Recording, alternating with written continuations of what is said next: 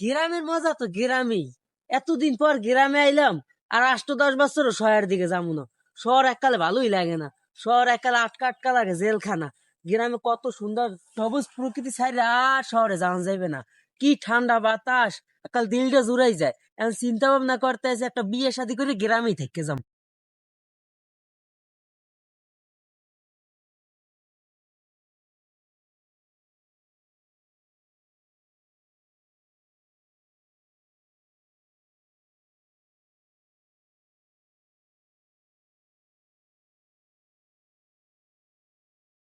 কি রায় বন্ধু, কায়ম না কারণ দৌড়ায় কা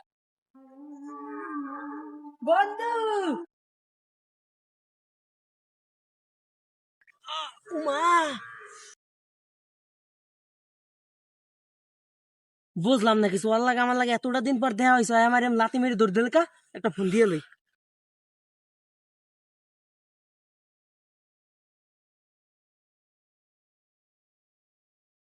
হ্যাঁ বন্ধু ক।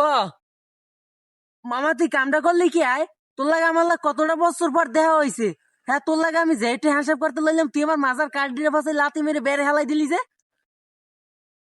আরে মামা, এলাকা তো এখন পুরো গরম। আমাকে বন্ধু ফারদিন আছে না, ও তো মনে করে চেয়ারম্যানের মাইয়ে লইয়ে পলাইছে। কি মামা? হেই হেই, দাতু ছাড়া দাতু ছাড়া। আরে মামা, হ হ, ওই দাতু ছাড়াই। আর বেটা চেয়ারম্যান নালা ফেলায় কামটা করছি কি? ওরে তো মামলা দেশে দেশি। মনে করো লগে ওর বন্ধু বান্ধব যে কটা আছে আমাকে সবটাই মামলা দিয়ে দেছে। আমি এই কারণে এলাকা ছাড়তেছেন, তুই বাঁচতে হইলে তুই এলাকা ছাড়। আরে মামা কস কি আয়?